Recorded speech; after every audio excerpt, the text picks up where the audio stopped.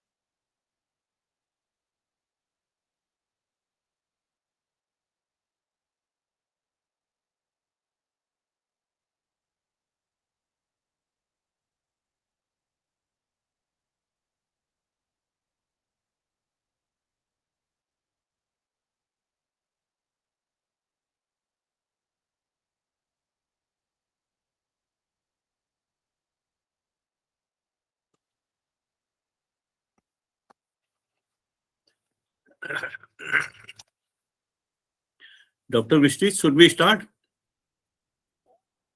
Sir, just wait. We are just waiting for the Sumair Singh, sir. We will start. Okay, no issue. In the meantime, who have come?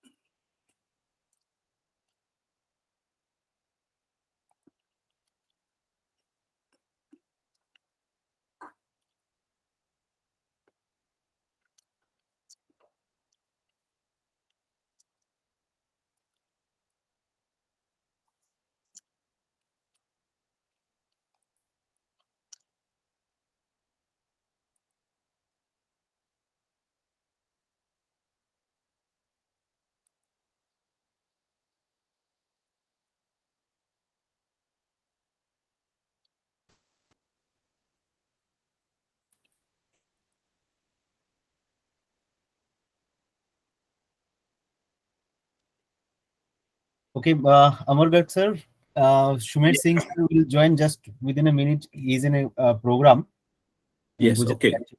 but we have already get the assistance of our Abhinav sir. Yes, Namaskar sir. He is the Secretary of Public Health Engineering Department, Government of West Bengal, and Yeah. also Sachin, Professor Sachin sir has joined from the RIS. Sir, on which?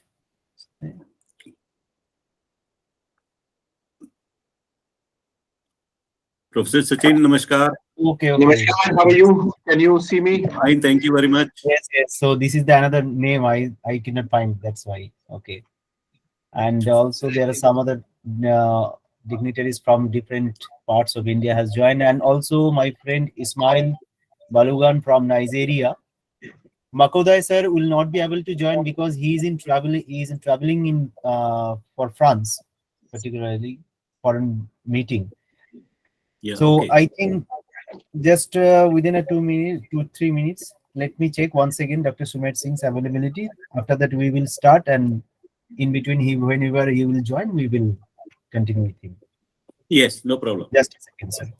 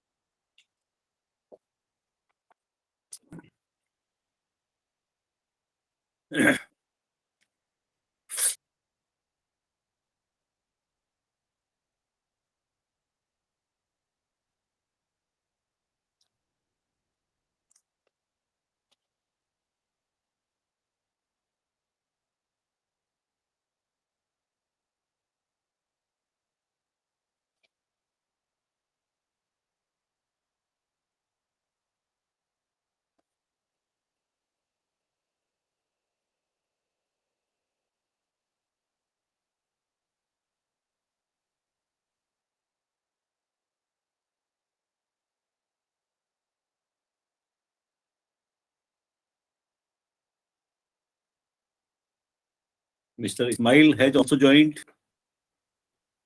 I think. Yes, yes, yes, Mr. yes. Ismail Balagam, welcome. Hello. Welcome, Mr. Ismail. Good afternoon. My name is Ishmael Balogun. It's a Yes, pleasure to be on this program. Good afternoon, everyone. yes, very good afternoon and nice to see you and welcome on this platform. Pleasure is mine, sir. It's a pleasure to be here, sir. Professor Chaturvedi? Yes, I'm very much there. Can you see me? Yes, yes, welcome, Thank you. Chaturvedi sir. Thank you. What is your subject, Professor Chaturvedi? I teach economics, Oh, international great. trade, but I'm Director General of a Ministry of External Affairs think tank called RIS, which works Yeah, on India's international trade policy. I'm also on the board of governors of the Reserve Bank of India. yes, great. My So it's a and great panelist also in both, yes, sir. And so I think Antara, we should start because Sumer Singh isn't busy in meeting with the Chief Minister, but he will join within a time. yeah, okay, And so we fine. can start, I think. I Sure, think sir. that we can start and Yes. begin. Yes. Okay. So, good evening, namaskar, and a warm welcome to the distinguished guests, delegates, speakers, and the participants. I'm Antara Kundu, Project Executive of South Asian Institute for Advanced Research and Development. On behalf of SAIARD, my heartfelt gratitude to all the esteemed delegates for accepting the invitation and presiding over today's session on practicing good governance, practicing sustainability, and international roundtable session. This event has been organized by South Asian Institute for Advanced Research and Development. Now, further making any delay, may I now request Dr. Vishri Troy Chaudhuri to make the inaugural address. Over to you, sir. Thank you, Antara, and thank you all the panelists, especially Professor Amar Garg sir, Honorable Vice Chancellor of Soviet University, our distinguished delegates, Mr. Abhinav Chandra sir, IAS Secretary of Public Health Engineering Department, Government of West Bengal. Also, my friend Mr. I. Balugan, President of Nigerian Indonesian Chamber of Commerce and Industry, Nigeria. Honorable Professor Sachin Chaturvedi sir, Honorable Director General of Research and Informatics System of in New Delhi, RIS, and also Mr. O.P. Misra sir. O.P. Misra sir, due to some technical issues, he will not be able to connect still now. And our chief guest today, Dr. Sumer Singh Solanki, Honorable Member of Rajya Sabha Parliament, Rajya Sabha Government of India, for giving their valuable consent to a part of this important panel discussion in international roundtable discussion on the practicing good governance and practicing sustainability.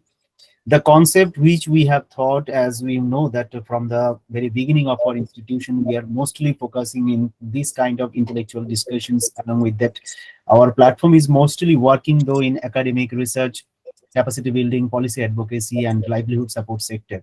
But still, these kind of intellectual discussions, interactions, we feel it is helpful to get some ideas, get some knowledge about what the other people think, and on the basis of that, we can how we should move ahead and how what kind of initiative we have to take in for the further upgradation of our students and also our institutions. And along with that, the conference, which I always said, it's not just a conference, it's a confluence where several minds has gathered and several interactions have done.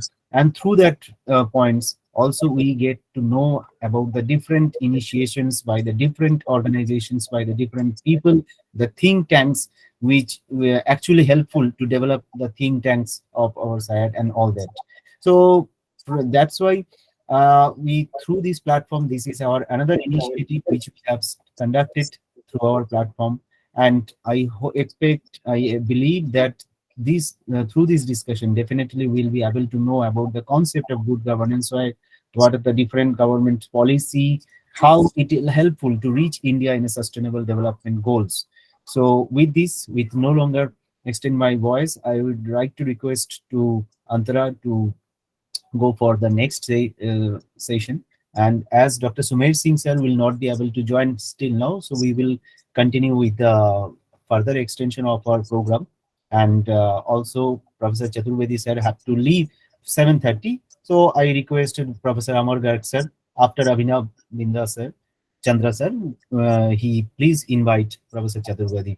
And also Yes. thanks to Professor Chandra for giving his valuable time, though he's in busy in election duty and government of West Bengal sector, but still provide his valuable time to us and share his, and we are eager to hear all of you. Thank you, sir. Over to you, Antara, please. Thank you so much, sir. Thank you. So now I'd like to invite Mr. Abhinav Chandra, IAS Secretary, Public Health Engineering Department, Government of West Bengal, to give or present the keynote lecture. Over to you, sir. Thank you, Antara. Thank you, Mr. Val Chaudhary, distinguished panelists, Dr. Garg Saab, Sunil Kumar Saab. My due apologies. I'm patching in from a very remote location in Gujarat. I'm here on election duty, so the connectivity will be a little checkered. Please bear with the technical glitches. I'll try and put things in a little kind of I'll set the tone for this entire seminar. First is the sustainable development is a very cliched kind of a term. It has happened over a period of time, but it cannot come through unless and until you don't have two very important cogs, one being inclusive growth and second being good governance. By governance, you just don't want to relegate it to the government part of it, but governance can also include your own self-improvement, societal improvement, and the entire milieu. Policies have always been framed on achieving good governance and continuous improving of societal norms. This is a very dynamic process, so nobody can say that this is a very static kind of process, plug in, plug out. So it's always a dynamic and an improving kind of a process, which is based on certain fundamentals of bedrock. And those fundamentals of bedrock is something that I would want to outline. Others can chip in and try and see as to what and how to improve it, because nobody has the key of how to improve upon this entire thing. Uh, well, it all starts with what is needed, uh, by whom, by when, in what manner, where, why is it needed. And so this is all that is like the wish list, the to be. What do we need? Why do we need this kind of an improvement? Why do we need, good governance? Why do we need growth? I'll try and give two examples of of this as to how I broke up my small little checkered tenure of about 25 years in the government and corporate combined. But then, I have also so I started with a small little scheme for introducing social security for the unorganized workers in Bengal, and we started with looking at doing it. So that was what was needed. By whom? Of course, the unorganized workers who do not have any kind of social security, do not have any kind of cover in terms of PF or gratuity, and they are not very functional savvy. So they would want it in the easiest way possible without any kind of hassles of government functioning. This was to be done because we are mandated to provide dignity of labor and to increase the productivity of productivity per capita in the country. Well, that's what the Honorable Prime Minister also keeps saying. Well, I also thereafter started into working as to what is the as is. Where am I right now? Where are we right now? Where is the system right now? We need to understand where we are and what we need to go to. And that bridging can happen through a process. That process needs to be sustainable. It has to be inclusive. It has to be checked out with a lot of feedback. And then it has to be continuously improving. It has to be faster, better, and more responsive. The second example I take in this, just to buttress my point, is to bring forth what I'm doing right now. I work in the water supply department, and I kind of thought there was a water outage in my building where I stay. And it became very easy for me to call up the caretaker, and then the caretaker was absent that day, so I called up the local borough office and then the municipality, the municipal corporation, and so on and so forth. So then it set me thinking that what happens in the rural area when you have a water outage, where you've provided water pipelines that my department does. We provide water to each and every household, technically. But then what happens if in case you have an outage? What happens if in case you don't have a delivery of this service? Then what is the system that is needed? So there it set me thinking as to I need to have certain amount of system improvements. I need to have some functional improvements and so on and so forth. And that's why I started with what is needed. Drinking water supply to the rural areas. By whom? By the water deficit and the indisciplined users. So it's not just the water deficit, but also the indisciplined users who overconsume water.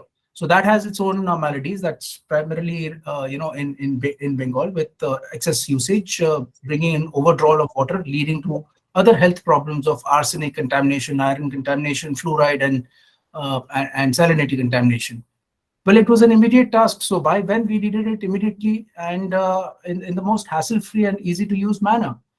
We wanted to get this done in the rural areas. The traditional concept, as being a bureaucrat, you'll ask me, all right, you'll try and see whether you want to get into the rural areas. So we'll go with the cliched districts, then the blocks, tehsils. So I said, let's junk this. Let's try and think a little differently. So I went to my understanding of big data. I tried and saw where was the maximum impact of the health impact on overdrawal of water and indisciplined use of water. And through that, I kind of juxtaposed that on Google Map, and I identified areas where we would need to provide quality water and to be given in the best possible manner and to have a certain feedback mechanism. So I then started this process of as is to be, and looking at the challenges, I tried and merged three different things into one kind of a landscape. So number one was a GIS-based tool where you could see on a map as to whether the SCADA system was functioning or whether there were any kind of outages. Then we brought in something called the third aspect, which was the customer relationship management, where the customer needs to inform or needs to know as to when will that outage or lack of service be rectified or given to him. So a rural person sitting in the in rural Bengal should have the power to pick up the phone or pick up his phone, look at his app and raise a ticket and ensure the delivery of service at a particular, in a particular specified amount of time. Sorry about that. You needed to check this. So you needed to have an independent alpha testing, beta testing. You needed to make it more user friendly. And the acid test of making a system which is digital, linking GIS and SCADA and everything onto an app, making it user friendly is only when you test it out. So we tested it out on the lady of the house, a woman, because she's the one who's she's the one who's maximum she's going to be impacted the most. We then saw if she was able to use, then the system was functioning properly. But the sustainability part hit us because we thought that was the be all and end all. Later on, we realized no, we needed continuous improvement.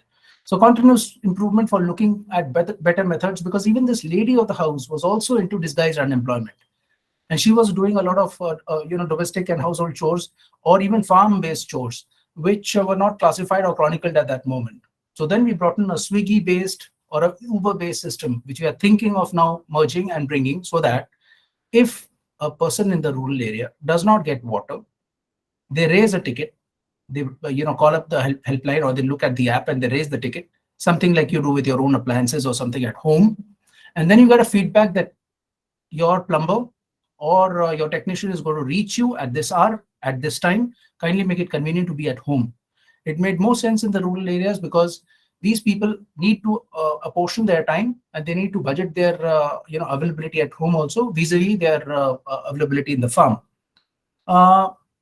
Then came the whole system of whether that person comes, fixes it, cashless. So it was a continuous improvement process. I'm not saying that that was a be all and end all, but it's a process that keeps improving through feedback again. So then what do? Do we look at the best, or we look at good? We understood and we arrived at kind of a consensus where effectiveness gained more primacy over efficiency, and we said let's go with whatever is good. So cutting the long story short, what did we want to do? We ended up chronicling all of this is fine, but the basic requirements were we needed to have functional, legal, digital, psychological, and systemic changes. We needed to overhaul all of these parts in different buckets at the same time, juxtaposing their understandings into each other. Continuous improvement was always the key through participation and inclusive development, unless and until we didn't get a feedback into our systems. And this is not just one example of a water supply scheme or a unorganized worker scheme. It is a thing that cuts across all the other systems. So we are not just looking at a system improvement, we are looking at psychological improvement, we are looking at delivery improvement, we are looking at an entire stream of things where good governance comes out in a much more emphatic manner. We do feel that small little changes also will make a huge kind of difference if in case we involve the people and we have more of participation of all the stakeholders. Well, thank you for giving me a patient hearing. Thank you, sir. Thank you. You have raised some very important points. Yes, Professor, sir, please. Thank you, Mr. Chandra. You have touched a very important aspect of the water management. And the water, that now during these last 2 decades, we are seeing that it is being polluted by industries, polluted by people, polluted by everything. And the scarcity of the water, drinking water particularly, we are having a problem. And the increasing sea level is the another important problem. And you, as a IAS officer in an administration, you are rightly dealing at the right point that the monitoring of this system is necessary. Without monitoring, you bring anything, it will be a flop. Because when you monitor the things, you come to know that how it needs to be improved, the dynamic system. So thank you, Mr. Chandra. Thank you very much for joining with us. And it was nice to hear you. And now I invite Professor Sunil Chaturvedi for his keynote address. Professor Chaturvedi is a wonderful orator and a wonderful... Sachin Chaturvedi. Sorry. Yes, actually, yes. I was confused because it is written Sunil yes. With this. So, but sir, with your permission, I just wanted to know one thing from our Honorable Chandra sir. Sir, as in you are also leading a department that is the Public Health Engineering Department. And you are also talking about the water scarcity and how to manage, protect, monitoring each and every aspect. So most of the cases we find in case of urban sector, we are defining where now we are explaining the water security, urban water crisis, and different issues we are highlighting. So most of the cases we find in the urban sector that the tank was overflowed, nobody cared about it, the maximum water flow. So is there any kind of policy government has taken, or is there any kind of policy government is in their mind to protect this kind of water wastage, or not only just for awareness level but also technical level? Okay, I'll try and answer that with personal example, and then Yes. move on to. So I come from a very water deficit arid part of Maharashtra, where we don't pour water in the entire glass when you're sitting for your meals. We stop you halfway or quarter way, saying that's enough. We'll take just this much of water. So there is discipline that is brought into our psyche right from the word go. So that's one issue. Second is when I went to Bengal, my cadre, and I started working there. There I saw there was an excessive use of water. There was an overdrawal of water. So in both places there was need for disciplining, and there was a need for apportioning it. Now this cannot come by just a top-down kind of an approach where the government brings a kind of a danda and tells you this is what is to be done. It has to come into your own psyche. If you know that this is what you need, and this is what is my societal kind of response to my society people, only then will I be able to contribute equally as a member of the society. I cannot be overdrawing water at the expense of others' availability. True. Secondly, this gives rise to other sets of problems. So just provisioning water, or looking at rationing water is not the solution. It's actually change that must come in the thinking of using water. So, sir, I just added one point that in that case, suppose we have heard that some water monitoring system through water meter, and otherwise, is it not possible to implement a law that is everybody needs to implement or install, that is the water automatic pumping machine? Yeah. So I do not bring in, or don't want to bring in, a law where you have technology at your disposal. Yes.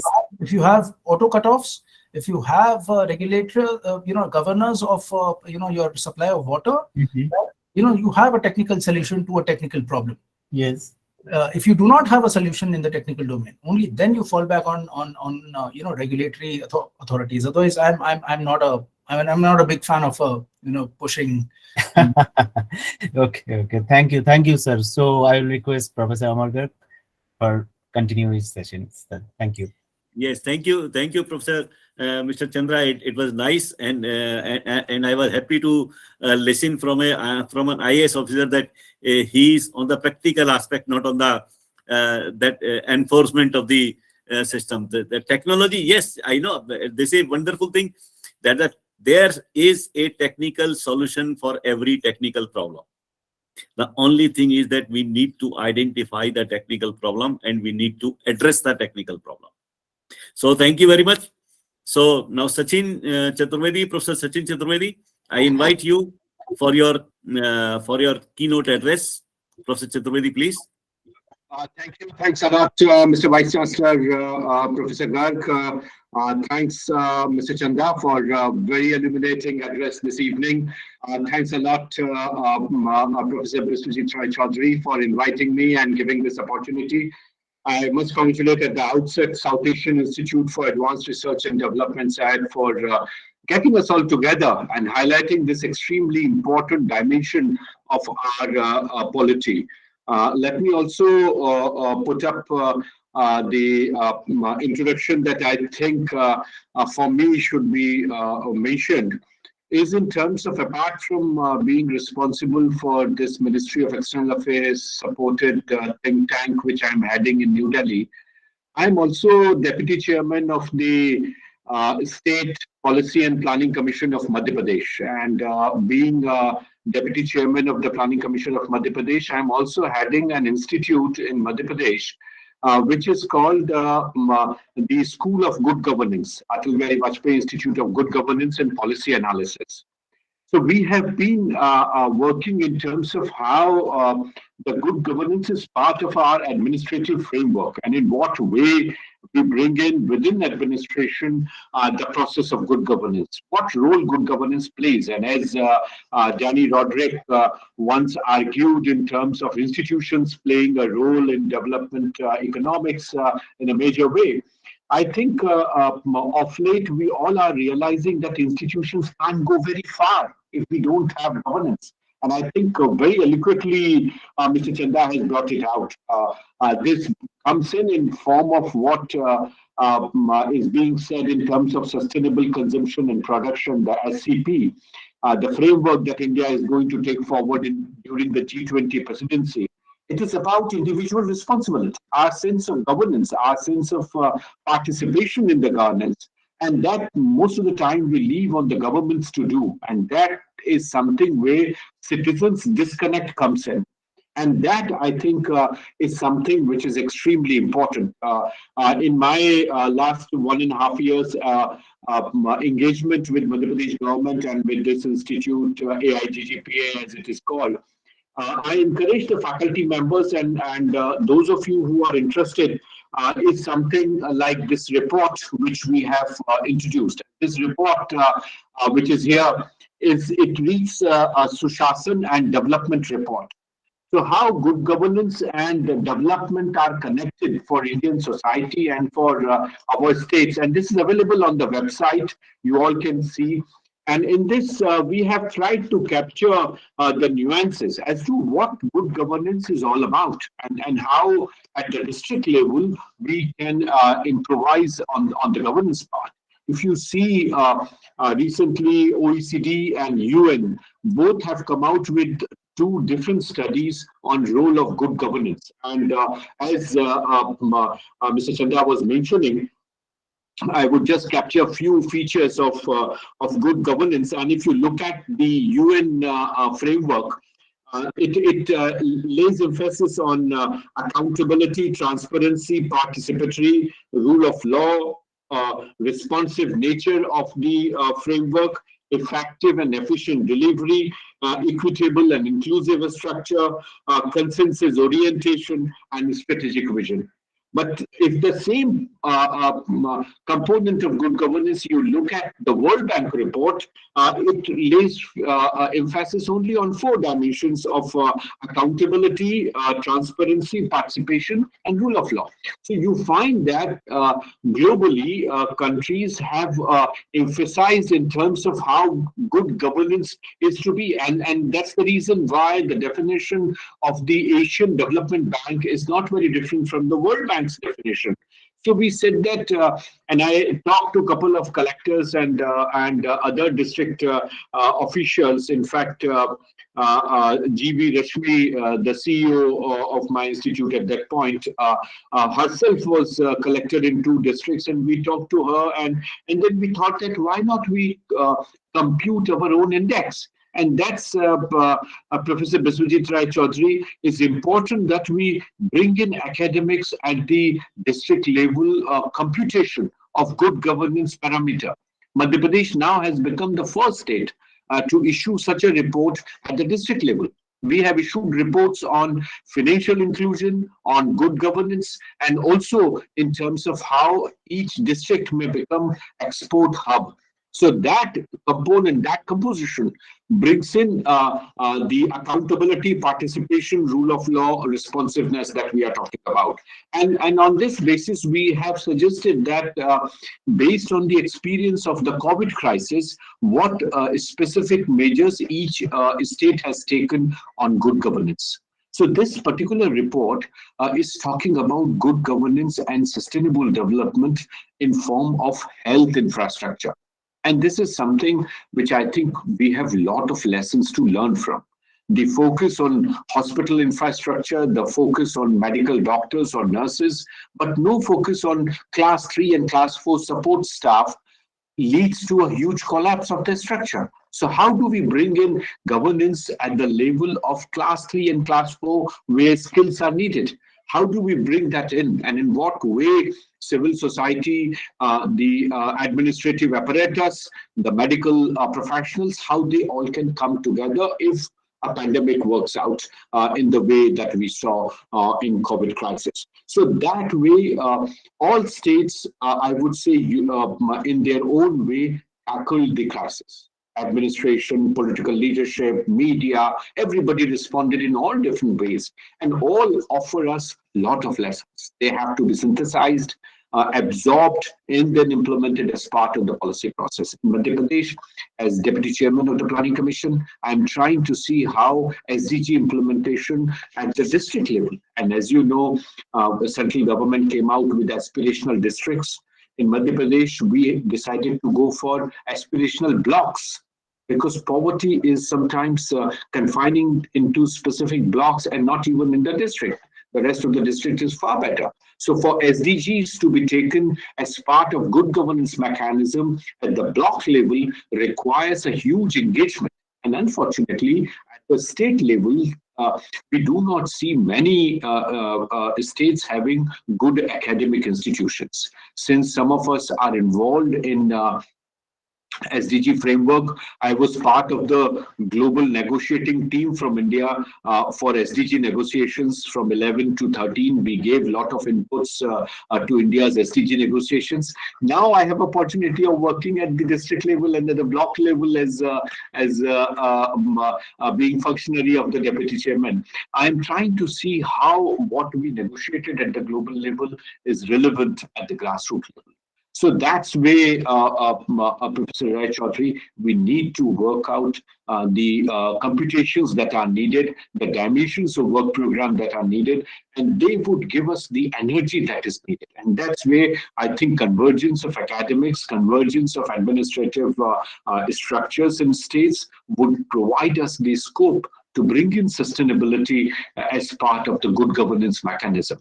Now, as a follow-up of this report, we are now planning the second report in which we are seeing how good governance has come in through digitalization. How digitalization of the land records, of the convergence of the property holdings that are there. We have tied up with the ISRO, and we have tried to see how drone-based technology interventions can help land records to come in the property ownership, the farmer's credit card, the Kisan credit card, and also the direct benefit transfers that are happening. Once you have all of them in one place, that's what the good governance is all about. Reducing the leakages, identifying the beneficiaries, and putting them on record. And now we have proposed a family card system.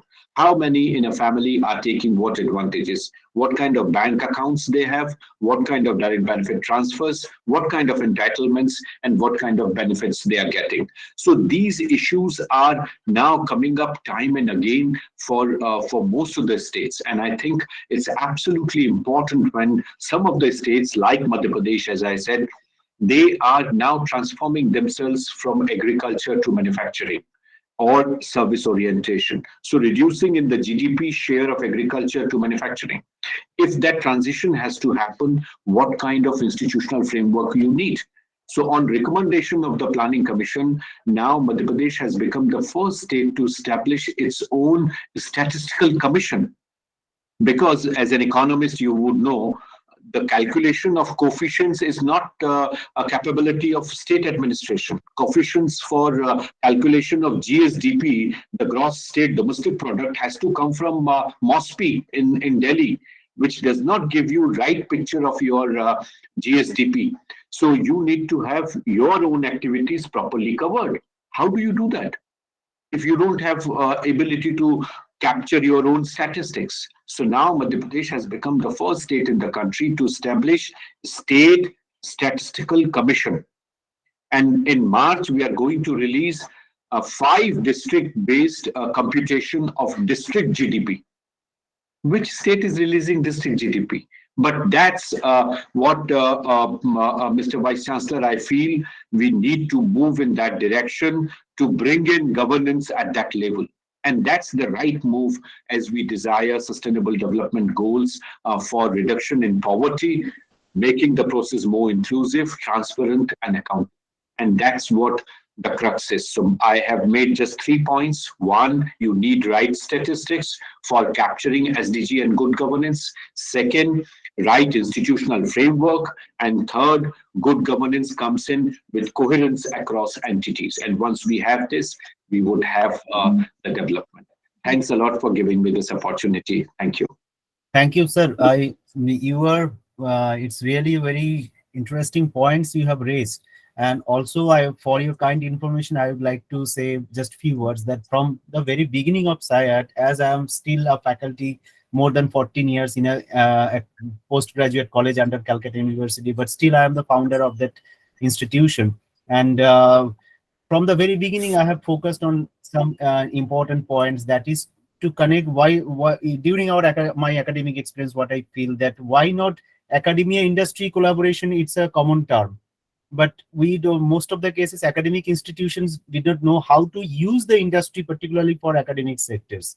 But I am also from the very beginning of SAIARD, I am saying that academia, government, and stakeholder collaboration as well as industry collaboration. And Because for that, Mr. Sujit, I must congratulate you. It is people like Mr. Chanda who are transforming state administrations. Yes. Their openness to join academics, there are very few officers, I must tell you.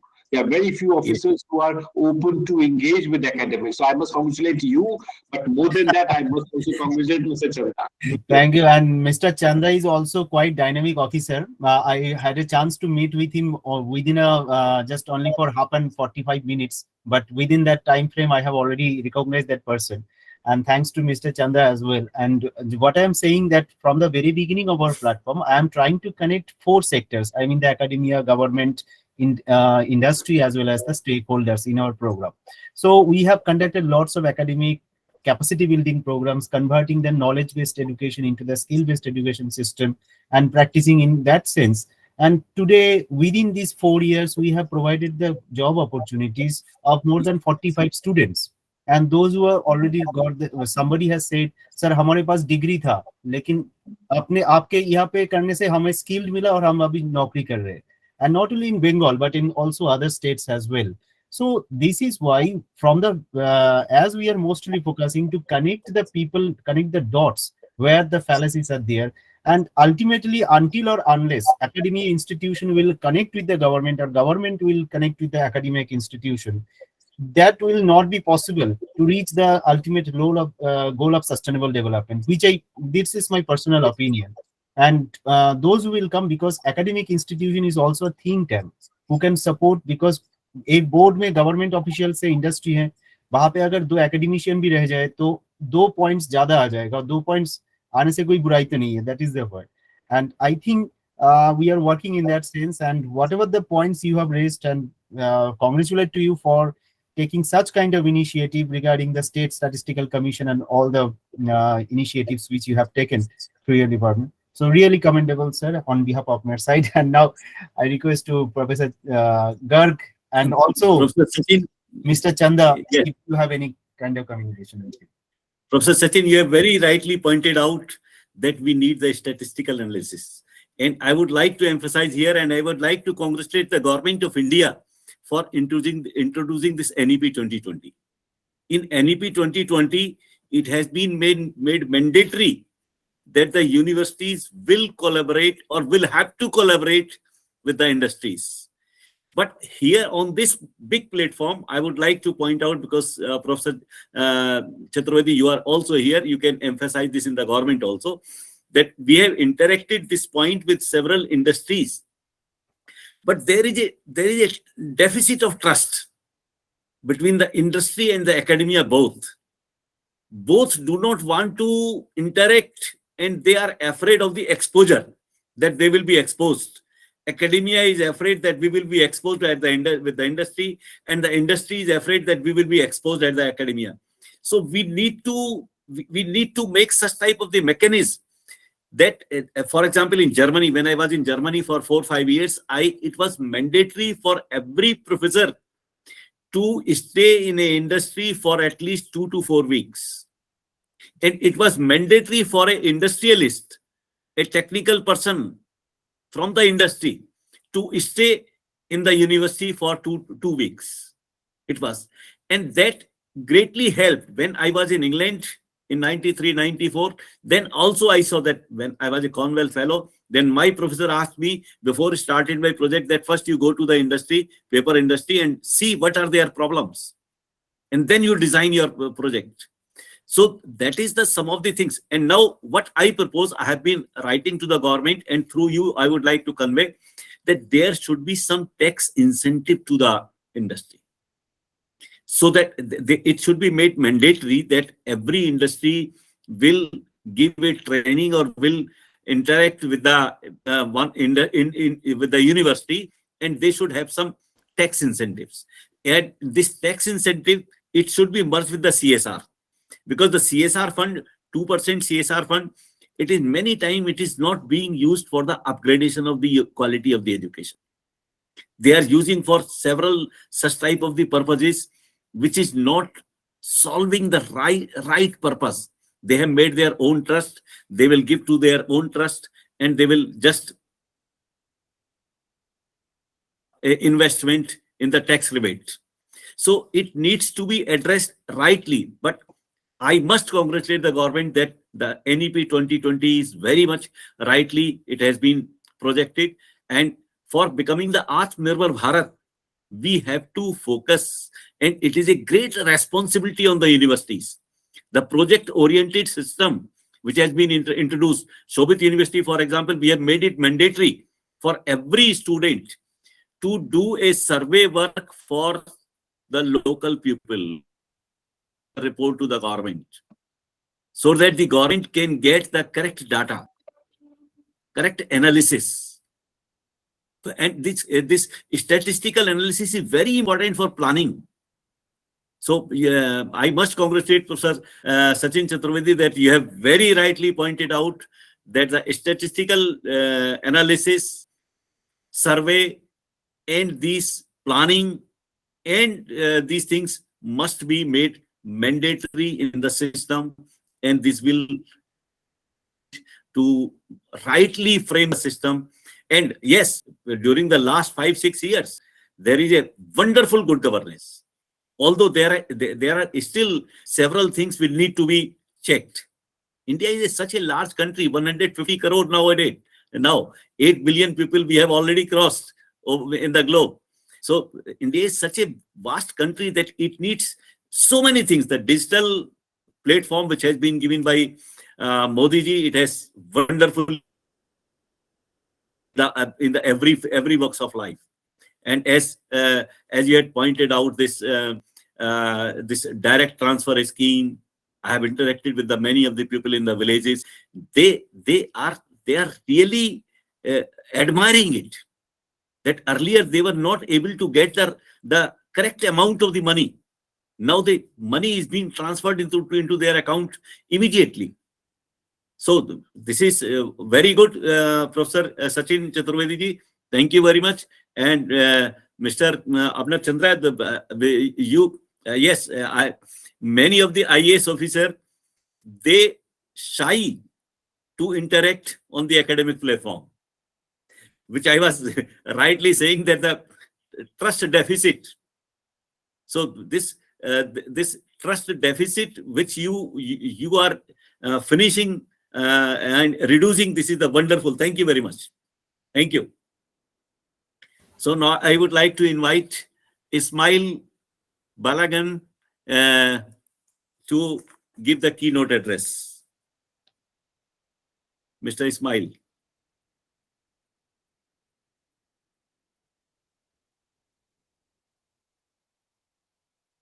You are not audible, Mr. Ismail. Can you check your volume? Mr. Ismail, please on your microphone. Microphone is on, but you have to, yes, you have to unmute. Unmute your microphone, please. Unmute your microphone, please. Yes. Good afternoon, yes, everyone. now it is. Now you are audible. Wonderful, Yes, great. Good afternoon, everyone. Great, very good afternoon. Yes, What's the time at present in Nigeria? The time is exactly 3:18 18 minutes past 3, so it's actually noon in Nigeria. It's Yeah, 3:18. okay. Well, what time is it in India? In India now it is 7:40, Okay, so 49, we're about 4 hours apart. So 7:49. yes, sir. Let me start by thanking the organizer of this event, Yes, great. Welcome. Professor Biswat. Let me thank the Vice Chancellor, Dr. Amagrand. Let me also acknowledge the speakers today, Mr. Sunil, and the gentleman. I missed your name, and I do apologize for that. Again, I want to believe that I'm the only African on this panel, and today I'll be speaking about governance and sustainability from that African perspective, right? So my name is Ishmael Balogun. I'm the CEO of Gold Mine Global Services Limited. I've been the CEO for the last 18 years. I'm trained as an accountant and also a geologist. What I do in my private business is that we actually empower what we call small scale, medium, and large scale enterprises by helping them to set up industries across Nigeria.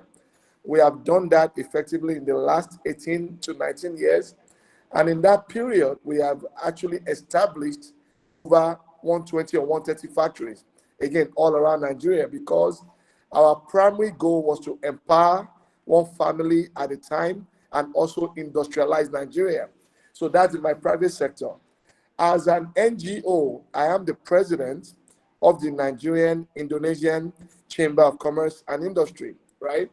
And I want to say that I am beyond impressed with all the presentations that's been done earlier, from the presenter that was trying to solve a lot of water issues in India, to Dr. Amagan, to Mr. Sunil, and of course, Mr. Biswati. I'm very, very honored actually to be on this platform. Now, I want to speak about governance and sustainability from the African perspective. Every one of you, I believe, would know the African story, starting with leadership, because I believe that every one of these things we're talking about start with one unit and one unit only. For me, that unit is the family, right? As simple or as you might want to dismiss it, each one of us is a microcosm of the bigger environment, which is the community. The community becomes the state becomes the country, right? So I want to start by saying that the family as a single unit is where the idea of governance and sustainability must be entrenched, right? Every one of us, we are a product of our environment, right? Regardless of where you're from, India, Indonesia, Africa, it changes nothing, right? And what we've learned in our environment, those things we've been exposed to, is actually what we take out to the bigger environment. In some cases, the schools we attend. In some cases, the areas where we work in, either you're in the private sector or in the public sector. So we are a microcosm of the bigger environment. Now, when we're talking about sustainability and good governance, we start to ask ourselves, what are the main indicators here? And like the previous presenters have mentioned, you can look at the United Nations agenda for good governance and sustainability, right? But you can also look at things that's been practical. For example, everybody knows that in Africa, what we've been dealing with is the idea of governance. What does it mean to have democracy? Is Africa actually ripe for democracy, right? Because at times you want something, but are you actually ready for it? Now, Nigeria, to be precise, we have in Nigeria 36 states in my country, and of course you have the federal government of Nigeria. Now, we became a democratic nation in 1999, right? And we have been attempting to sustain that democracy till now.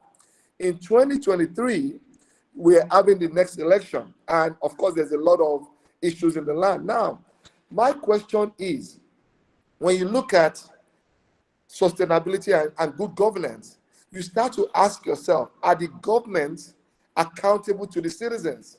And one of the pillars of good governance and sustainability is one, you have to talk about transparency, you have to talk about accountability, you have to talk about the public trust, which Dr.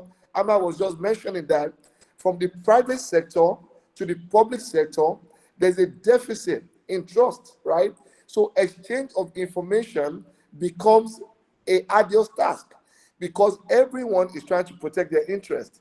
The private sector don't want the public sector to know too much, and the public sector don't want the private sector in the business. As simple as paying your taxes, as being a responsible citizen, you find out that without the appropriate structure, everybody goes around the circle and we don't achieve anything, right? So my focus today will be how as good governance and sustainability affect the continent of Africa and also Nigeria as a country in the global picture. Now, we all know that technology is something we cannot dismiss. Technology brings about accountability.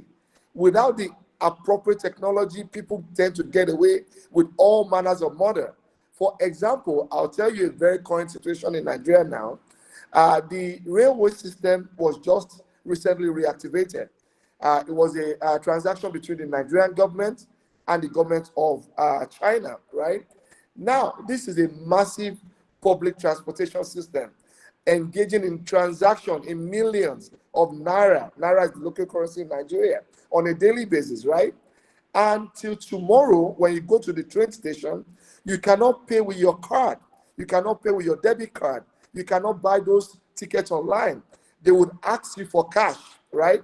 The only reason I can think that a structure that large will be established and you're asking for cash is because you're looking for ways of taking that money for personal use. Because if everything was digitalized, the minute I'm ready to board the train, I can pay for my ticket, it goes in the system, and there's no way you can steal that money, right? But because of the fact that people have ulterior motives, they are running away from digitalizing the process. Meanwhile, you give room to corruption and fraud, right? That is one. Now, we have election in 2023. The INEC, that's the body responsible for conducting elections all through Nigeria, has decided that they're going to conduct the elections electronically, right?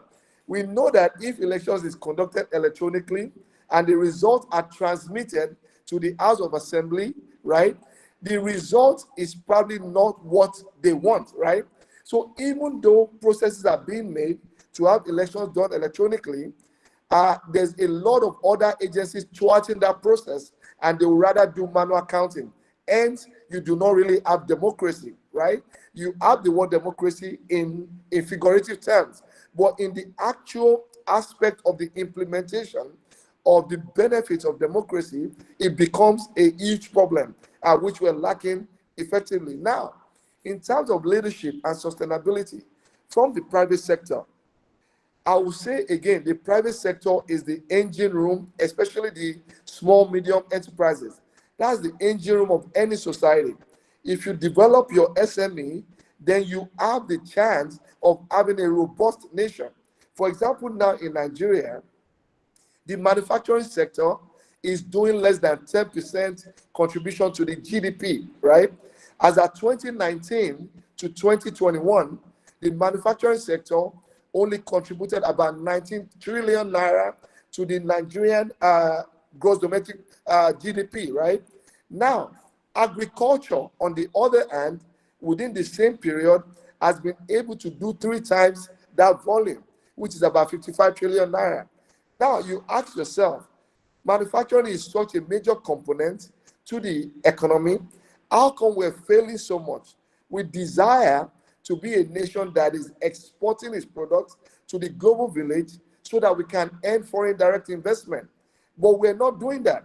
So if manufacturing is contributing less than 10%, that is the reason why Nigeria is where it is. We're not yet an industrialized nation compared to a place like India or China or even Indonesia.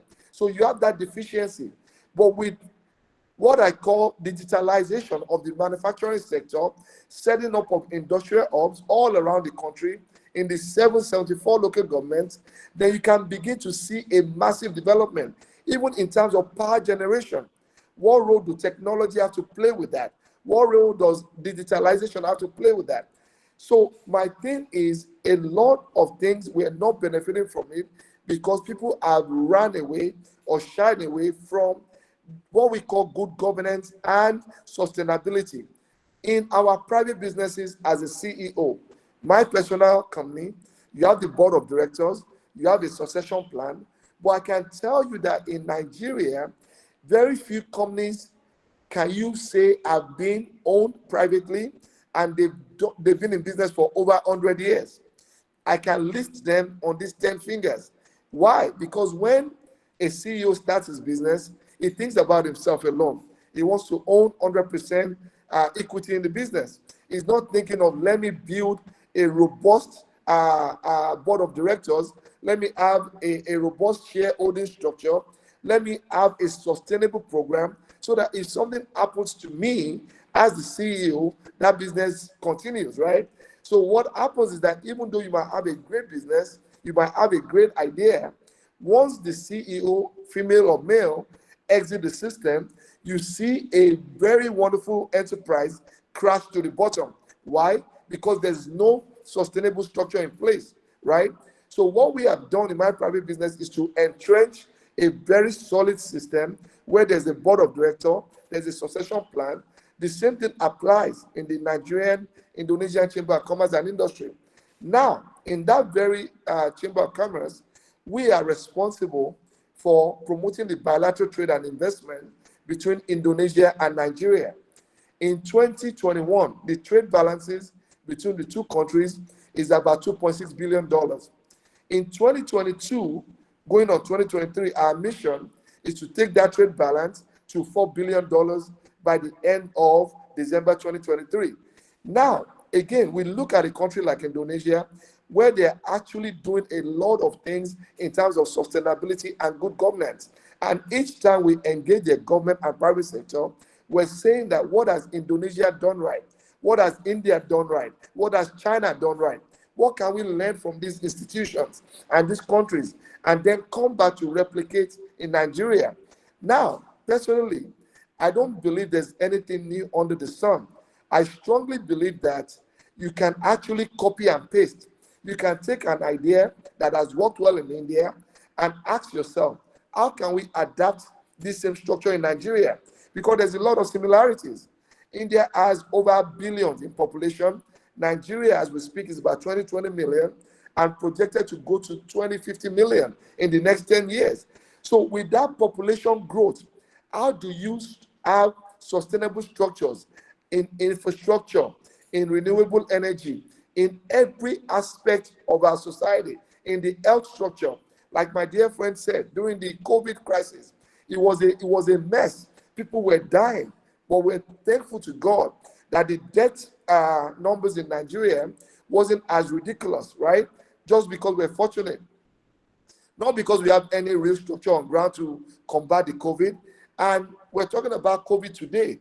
We don't know what would happen in the next 2 or 3 years, right? That can even be bigger than COVID.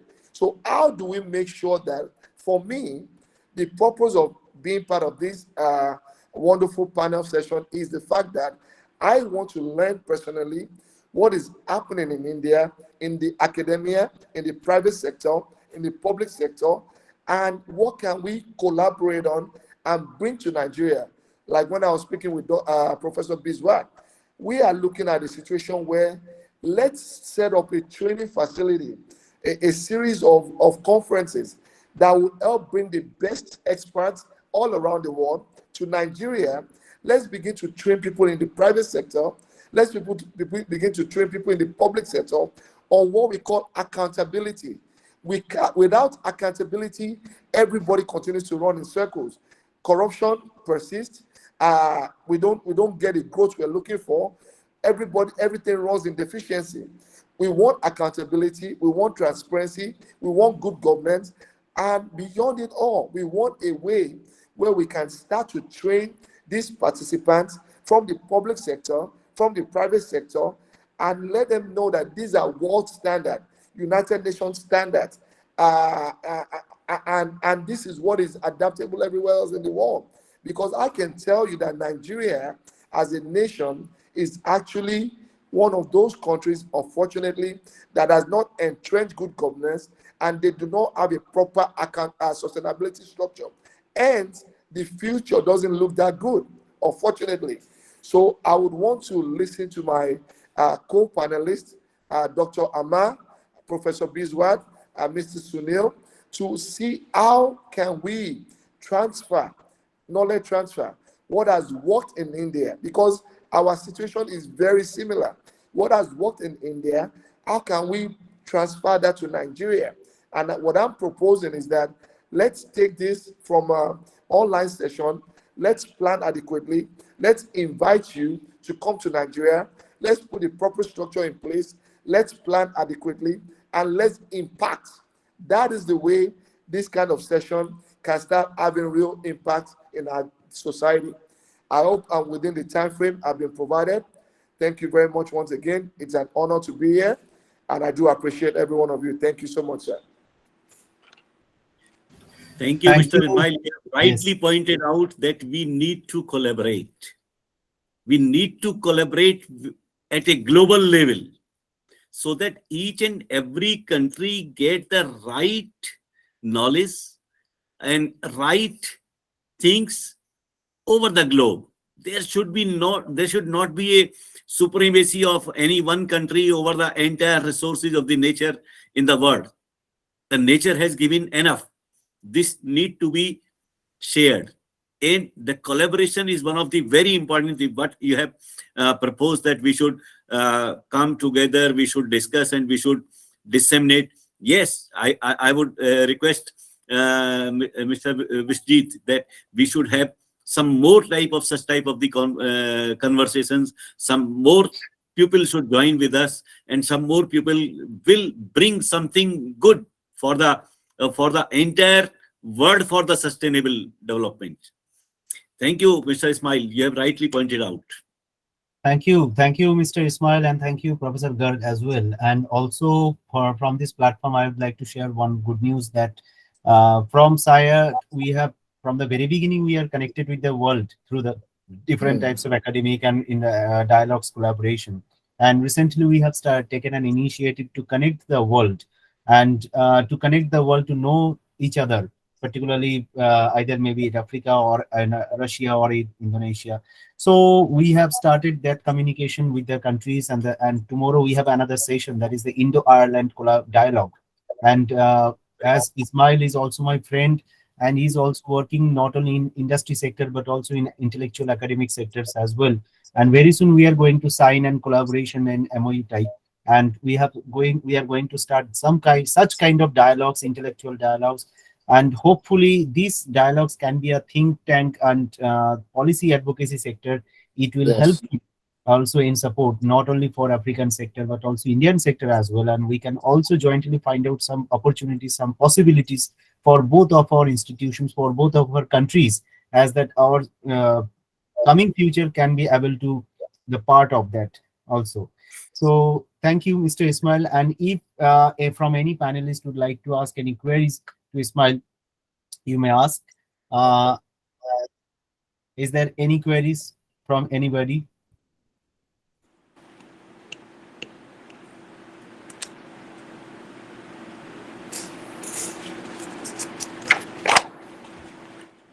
Okay, so otherwise we may, I will request Professor Amar Garg. Professor Amar Garg is not only the Vice Chancellor of Soviet University, SAIARD, but he is also the President of our environmental section of Indian Science Congress Association, environmental section chapter. So I will request Professor Amar Garg, sir, to say your visions about the practicing good governance and practicing sustainability.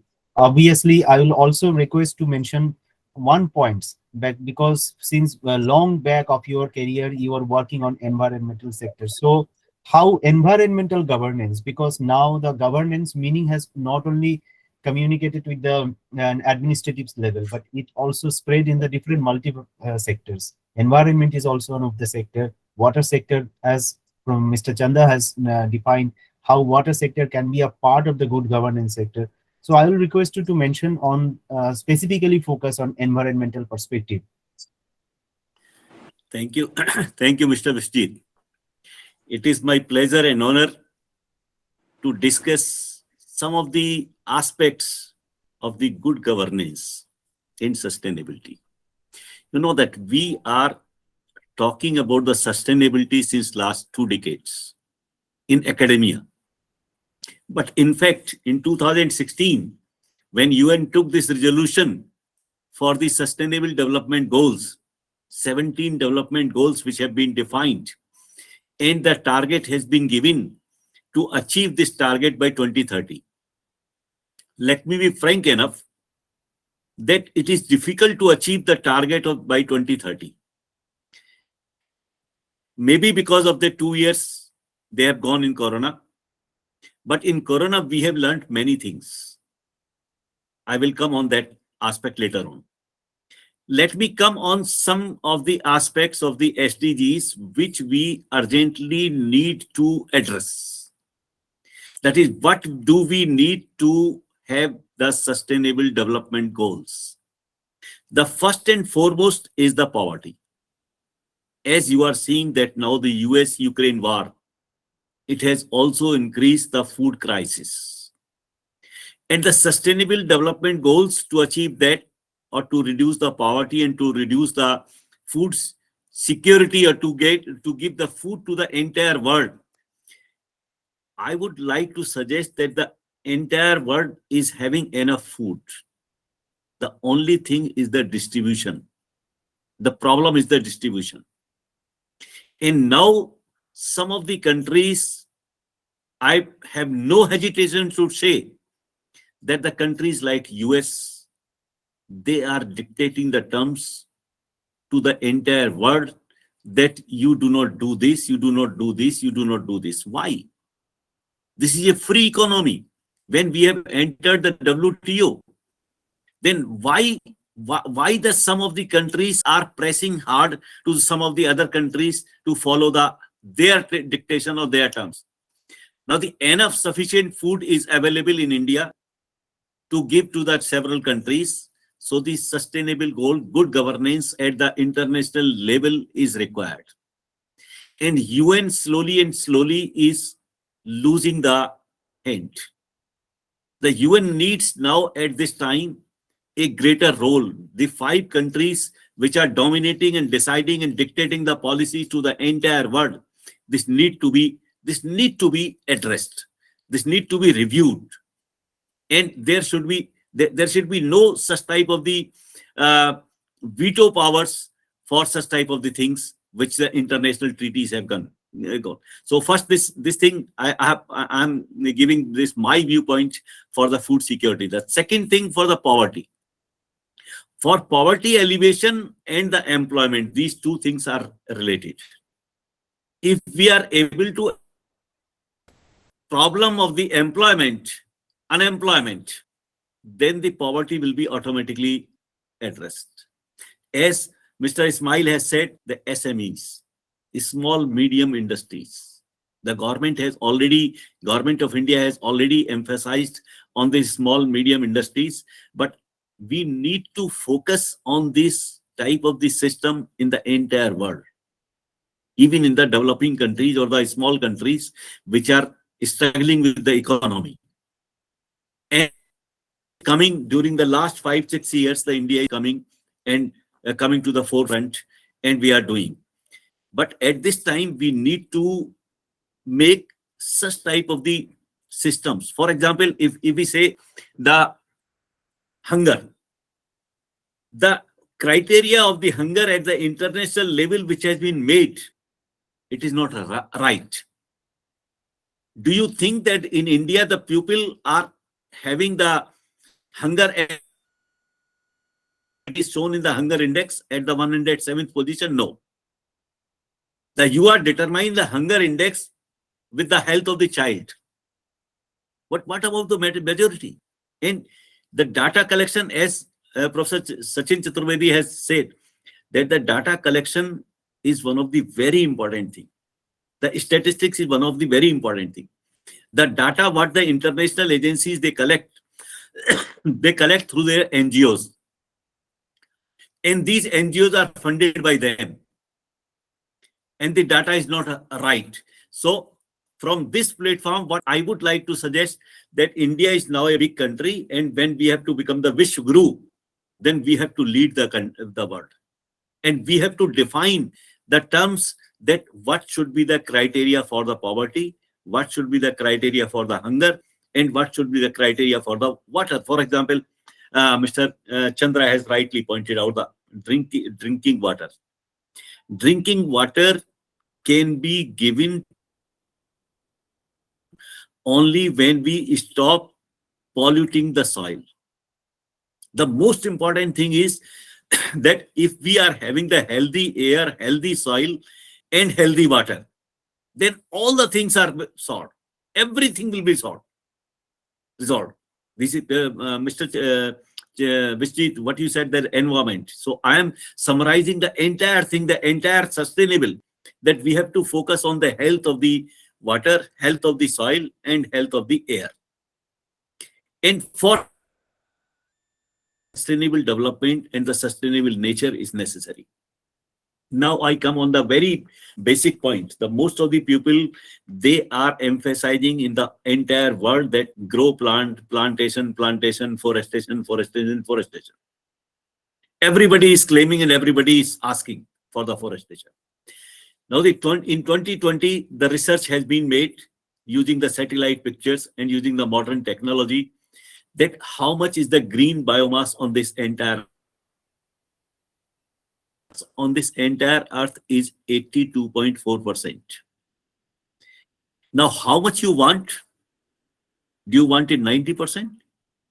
Do you want it 95%? How much you want? Do you want to further increase it? At the same time, what we are doing, or where we are committing the mistake we are committing, that we are focusing just on the green biomass, but we are not focusing on the recycling of the matter. And the recycling of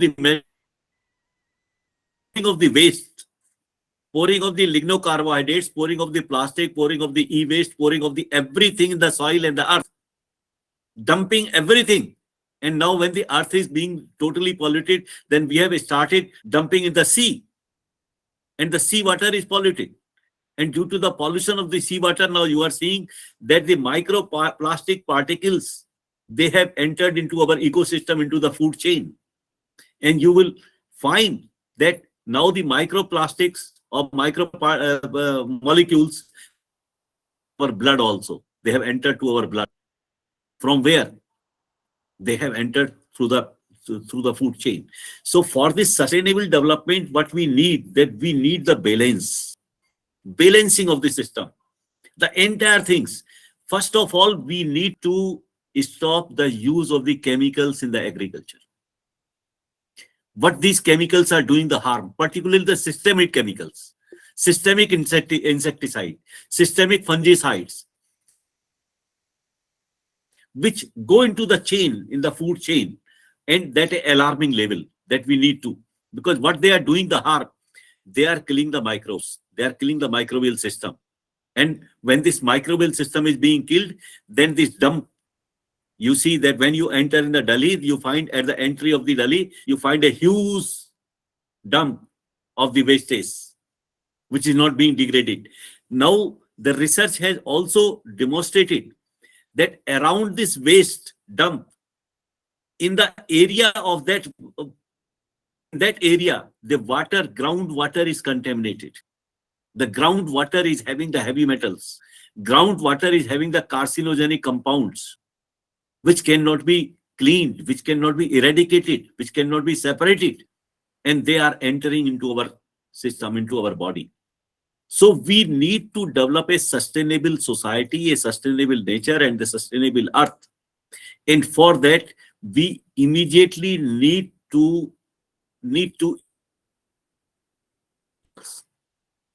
you see the soils of the Punjab, soils of Haryana, they have become barren, completely barren. And now the UP and Bihar, they are on the same lines. The microbial system, when I was doing the research in 1975, almost 47, 48 years back, then I saw that the biodiversity of the microbes in the soil was too high, 200 to 250 species in one spoon of the soil.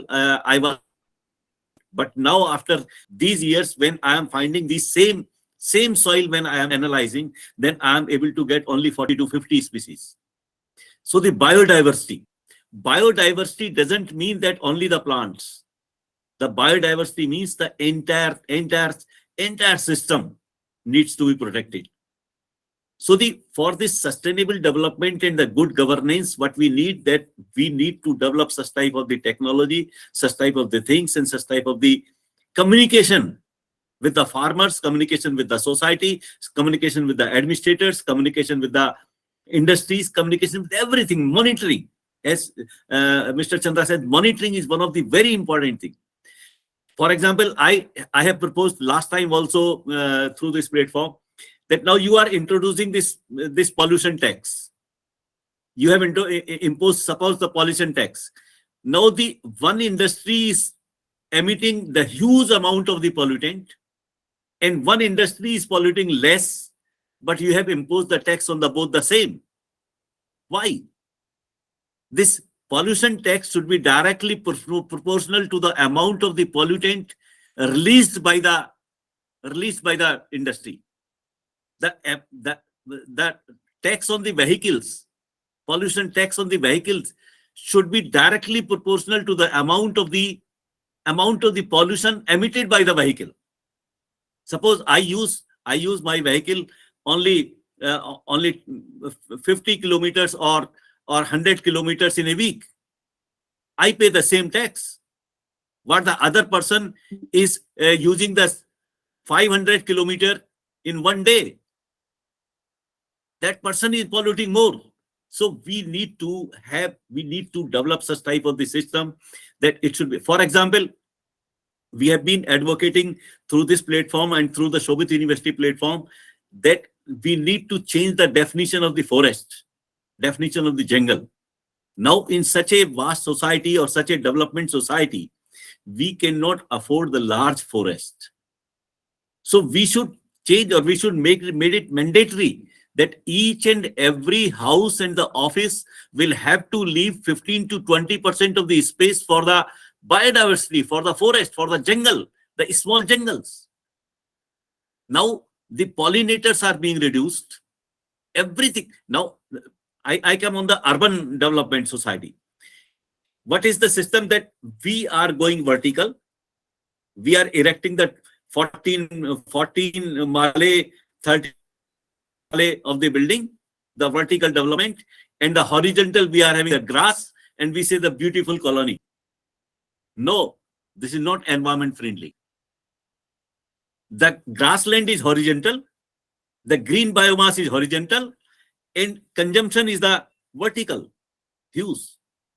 So you make it mandatory that every colony, when they are having the FA area, they should develop a green biomass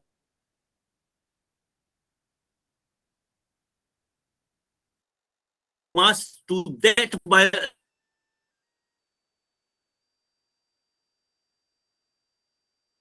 that level.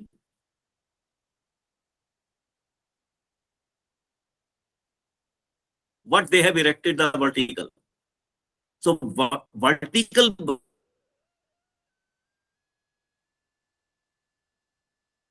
biomass is, we have to consider that the water can be restored only by rainwater harvesting system. There is no other way unless you make it mandatory and unless you monitor that the rainwater harvesting system is being rightly used. Because nowadays you are seeing that in one area you see the floods, and one area you see the droughts. Why? This climate change. We are responsible for this. We are responsible. Our monitoring system is responsible. Our planning is responsible. Our strategies are different.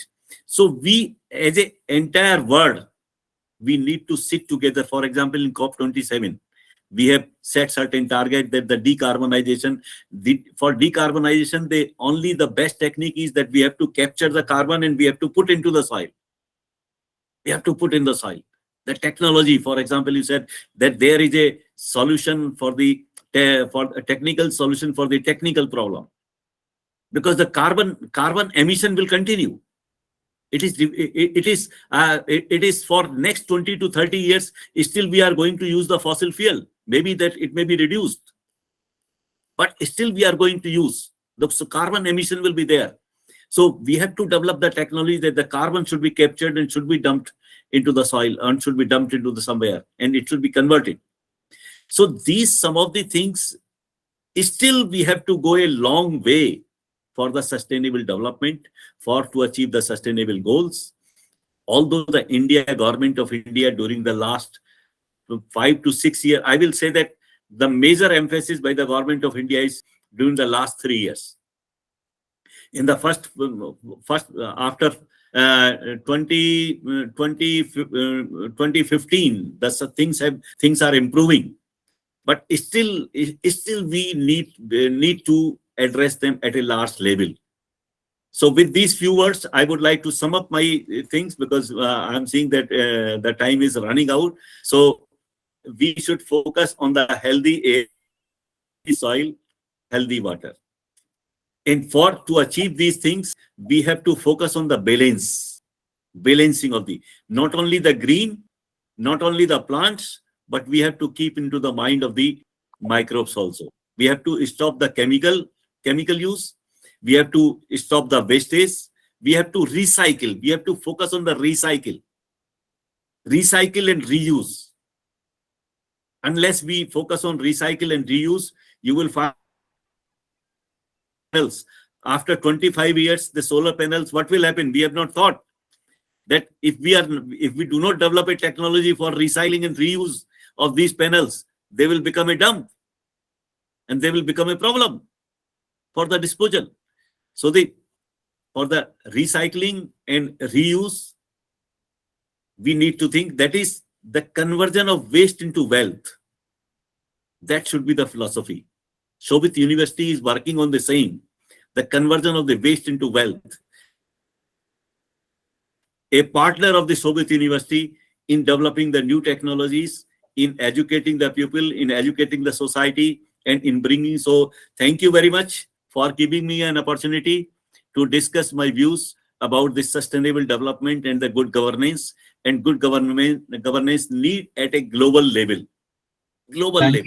Thank you, Thank you sir. very much. Thank you for your valuable speech and your focus point agenda, particularly on the environmental perspective of good governance. I got a message from Professor Rajesh Kumar Abhay. He is the professor of Delhi University, Dayal Singh College of Delhi University. Sir, thank you first of all to associate with us always. And please, I would request you to share your question and points as well. It's not a question, actually. I will add, first of all, good evening, all of you. The fantastic discussion is going on. So being a teacher of teaching sustainable development in Dayal Singh College, University of Delhi, I would like to add certain things into this discussion. That besides the 3 principles of good governance, those are accountability, transparency, participation. There is one book by Jeffrey Sachs, who was the secretary to the Ban Ki-moon at that time, the chairperson of the United Nations. He has also suggested one more principle of good governance, that is polluter pay principle. I think Dr. Vice Chancellor Amar Gargji has already pointed out that this means that all of us need to clean up ourselves. When companies pollute water, they pollute air. When any of us or individual or businesses put carbon dioxide into the air, we need to bear that cost. We need to bear the full social cost of our action whenever we make our decision. So there is a responsibility of polluters paying or bearing the social cost of what we do. So there are all administrators are sitting, decision makers are sitting. My suggestion is that can we start such thing at the meso level? Because micro level, it might, maybe or may not be possible. And at the national level, yes, it is going on in the form of sustainable development goals. So at your level, like sir is saying about university level, we have Dr. Chandraji at as an administrator in the health sector. Can we do such things at the meso level, at the state level or district level? I think that will be a fantastic thing to start, that we should start bearing the cost of what we are doing. Thank you, BRC, for the opportunity. Thank you so much. Mr. Chandra, would you like to make any comments on his points? Rajesh, you have rightly pointed out, and the same thing, because we will have to come on the system, and we will have to bear the cost for the degradation of the environment in whatever the form we are doing it, whether we are industry or whether we are individual, or whether we are administrator, or whether we are a unit, whether we are a house, and everything. So what we have been proposing, and being a sectional president of the environmental science, I am going to present some of the things. We have proposed that the municipalities should have a tax on the house tax also. The house tax should be proportional to the constructed area, and they should get a tax rebate for the green area what they have developed. Suppose I am charged for the 1,000 rupees for my house tax, and if I am having a 30% of my area as a green area, then 30% should be the rebate. So such type of the taxation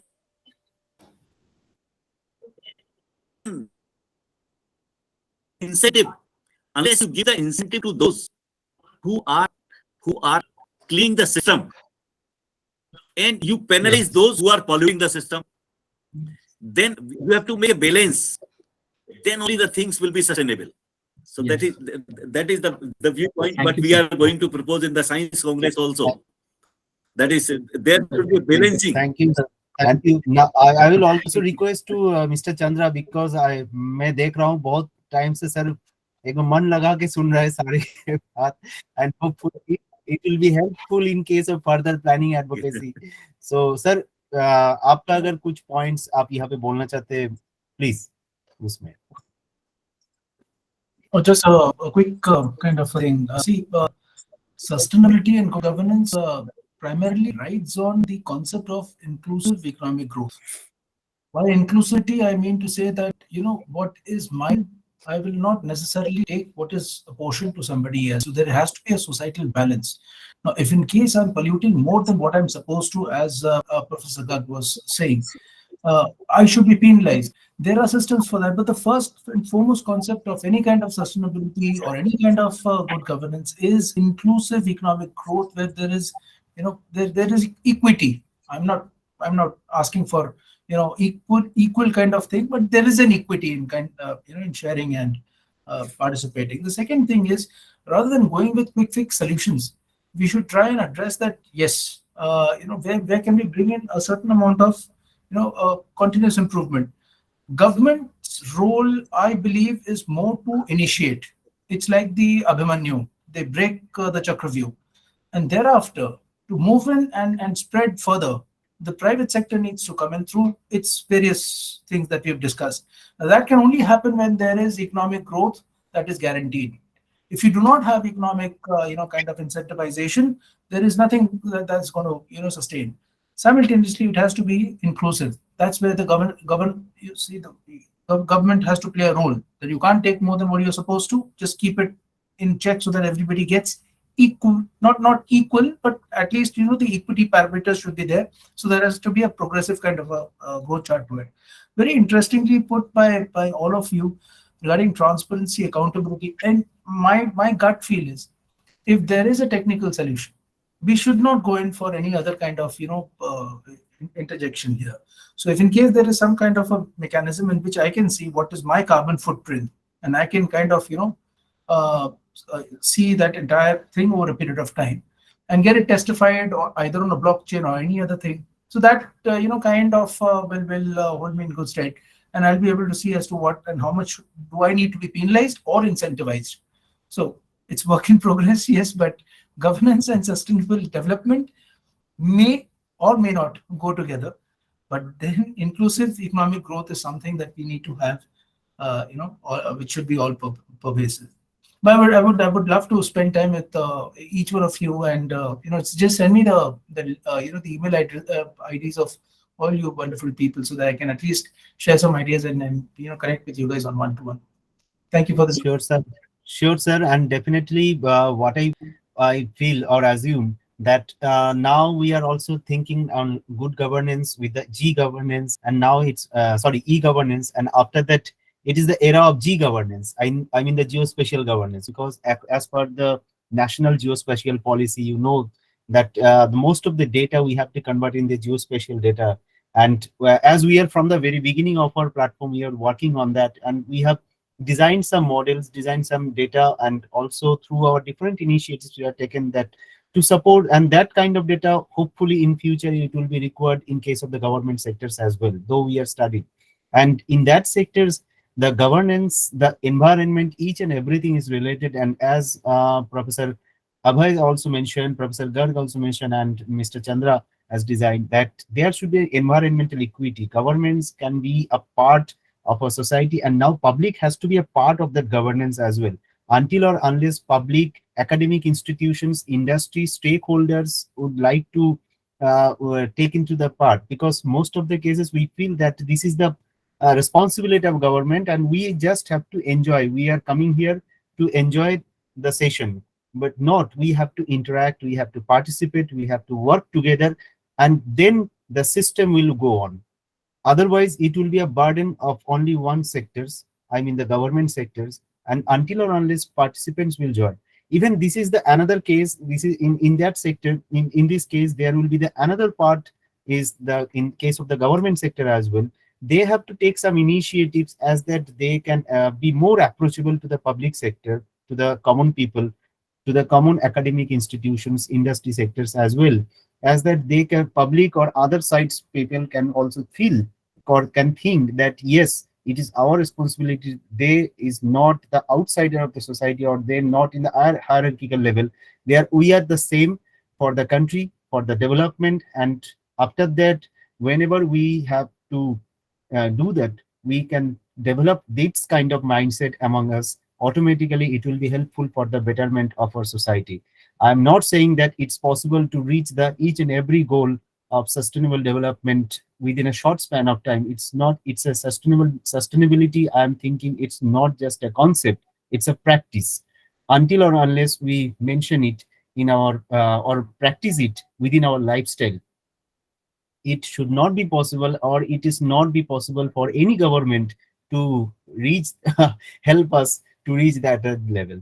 So, and one more point I would like to conclude through my message, that in my classroom I have always said to my students that think in a different way. It is not the government responsibility to provide you the job. Government responsibility is to create the environment of job. And it is, if you think the government is also in case of your father or mother or a family member, if you only we focused our burden, we give them pressures and over a burden that government, we have achieved our degree and government will provide the job. It is not the it will through this overburden, the system will collapse. Whenever you will also think that yes, we can also, how we can also support the government, how we can also support the social economy, how we can also support our through our entrepreneurship, we can also focus on that. Automatically it will be helpful for the development of our society, for the development of the government sector. So it is the point, I think, through which we can this kind of practice. What I feel personally, that any kind of practice is the practice of sustainability. Any kind of practice, governance is not only the sectors, particularly from the part of the government sector. Each and every person can be the part of governance through its own way. And with this, once again, I thanks to all the panelists and for a wonderful discussions and for a wonderful brainstorming session. And those who will not be able to join due to their urgent meeting, and Dr. Sumed Singh sir apologized for his not being able to join due to the Gujarat election sector. And I already Mr. Chandra has told that he is also in the Gujarat election. So, but within his busy schedule, he has joined. And also, I thanks to Dr. Abhay, Professor Amar Garg sir, my friend Mr. Ismail, and also Sachin Chaturvedi, Professor Sachin Chaturvedi sir, for sharing their wonderful views. And I will also request to all of you, please join tomorrow, because tomorrow is the another session, that is the Indo-Ireland dialogue, with where some people from Ireland will join, some industry sectors, somebody from environment, cultural sectors. You will enjoy a lot. And also, please keep in touch with us. Thank you. Over to you, Antara. Jai Hind. Thank you. Thank you very much. PRC. Thank you so much. Thank you very much. Thank you, sir. Thank you. Thank you, sir. Okay. Thank you. Though Dr. Bishish Rajchodhuri has shared his thoughts, but still, as we nearly come to the end of the session, before ending it, I must mention our deepest sense of appreciation to all the dignitaries, our guests, Mr. Abhinav Chandra, Professor Amar Garg, Professor Sachin Chaturvedi, and Mr. Ismail Balogan. It is our privilege that learned person like you all have accepted our invitation and shared your thoughts with us. Thank you for your time. I may also like to express our sincere thanks to Dr. Bishish Rajchodhuri for taking this initiative and making today's such a successful one. So with that, as we have come to the end of today's session on practicing good governance and practicing sustainability and international roundtable session, my sincere thanks to each and everyone for joining with us. I thank you for taking out your time, sharing your thoughts with us, and being a part of this. Hope to see you soon. Thank you, everybody. Thank you. Thank you. Thank you. Thank you. Thank you.